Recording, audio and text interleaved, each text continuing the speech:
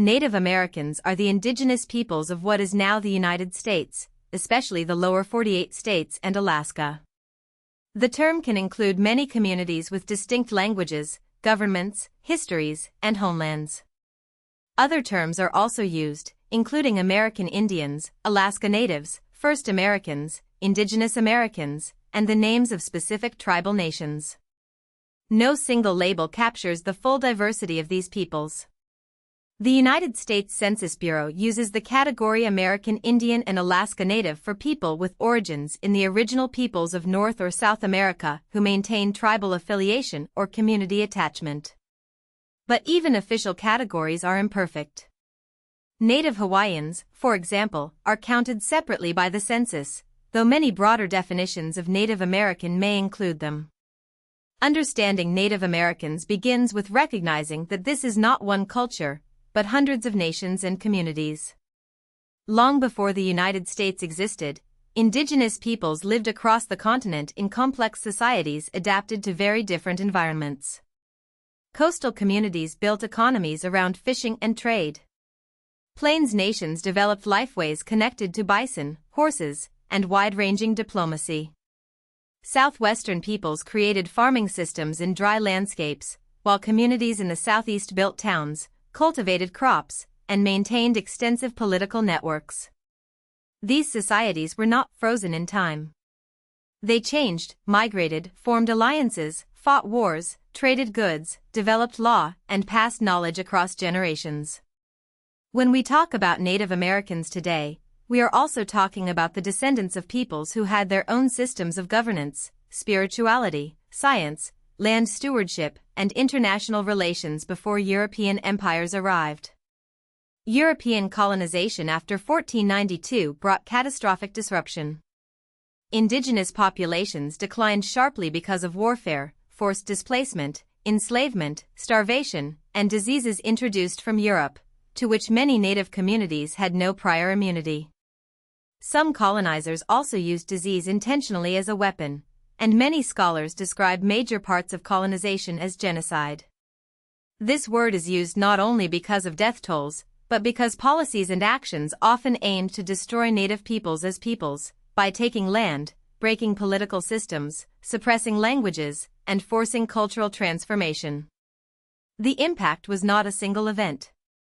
It unfolded over centuries through imperial expansion, settler migration, military campaigns, and government policy. Yet indigenous nations survived, adapted, and continued to defend their people and homelands.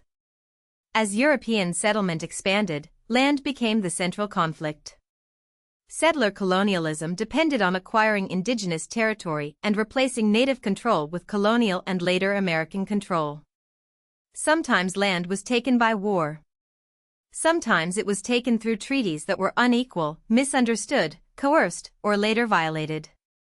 Many native peoples were forced from ancestral homelands and relocated to unfamiliar places, often under brutal conditions.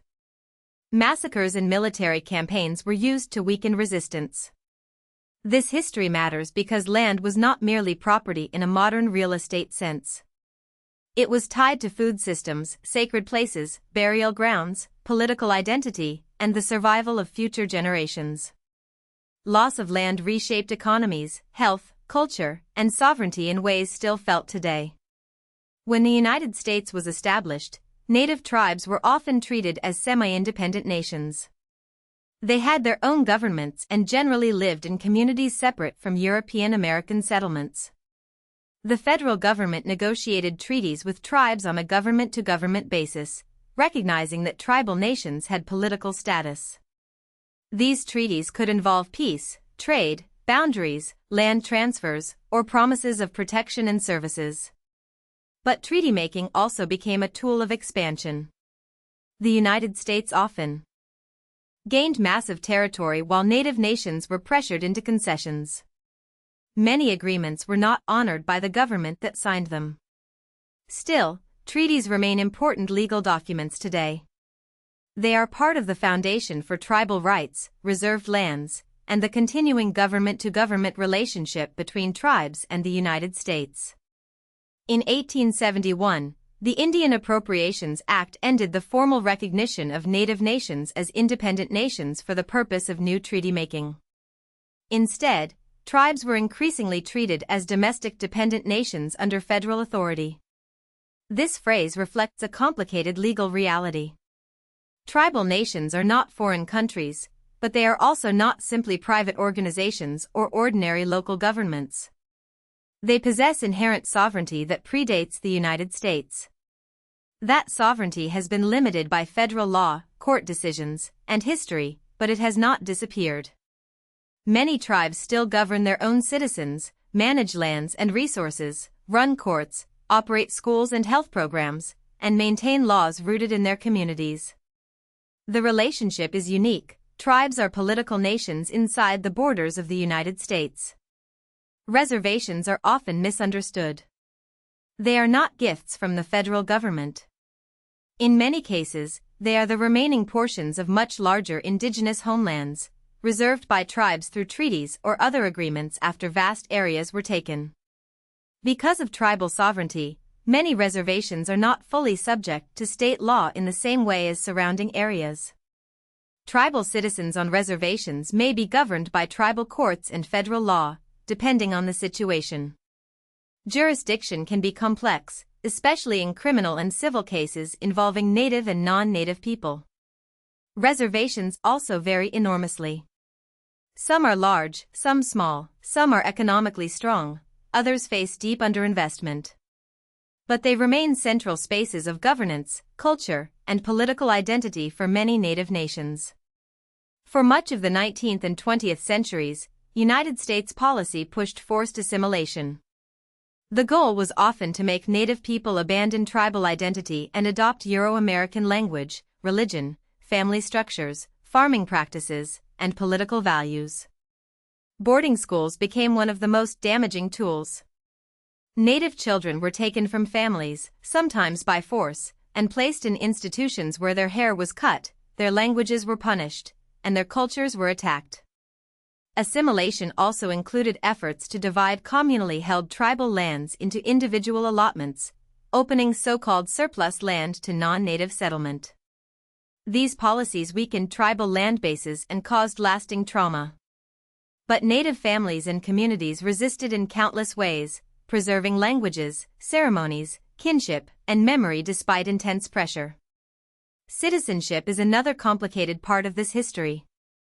The United States Constitution originally included a category often described as Indians not taxed, reflecting that many Native people were members of separate political communities rather than ordinary U.S. citizens. Some Native people became citizens through treaties, military service, marriage, allotment, or other legal paths.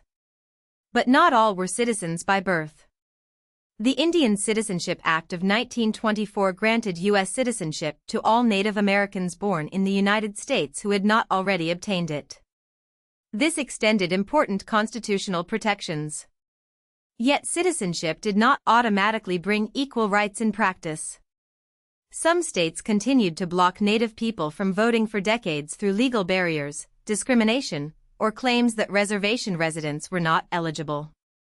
The Civil Rights era also affected Native nations, but in a distinct way.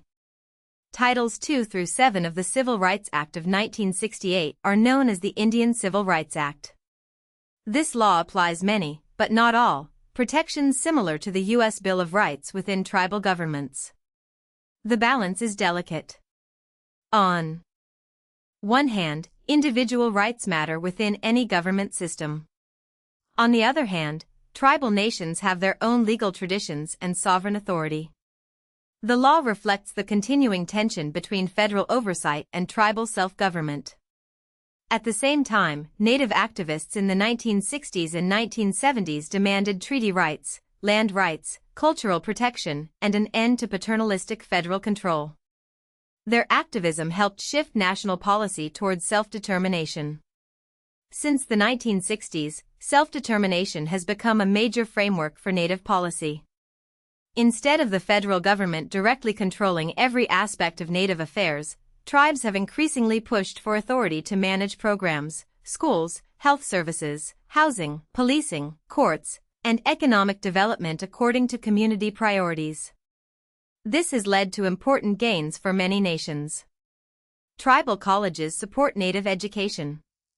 Language revitalization programs work to bring endangered languages back into daily life. Cultural repatriation efforts seek the return of ancestors, sacred objects, and ceremonial items from museums and institutions. Some tribes have built businesses that fund public services. Still, progress is uneven, and many problems were created by generations of land loss, underfunding, and discrimination rather than by Native communities themselves. Today, there are more than 5 million Native Americans in the United States, and about 80% live outside reservations. Native life is rural, urban, suburban, traditional, modern, and everything in between. States with especially high Native populations or percentages include Alaska, Oklahoma, Arizona, California, New Mexico, and Texas. Contemporary Native communities face major issues, including health disparities, missing and murdered Indigenous people, environmental threats, housing shortages, language loss, and legal battles over jurisdiction and treaty rights. But focusing only on hardship misses the larger reality. Native Americans are not just figures from the past. They are citizens of tribal nations and of the United States, artists, scientists, veterans, leaders, parents, language keepers, and future builders. Their history is foundational to America, and their sovereignty remains a living political fact. If you found this helpful, please like this video and subscribe for more explainers.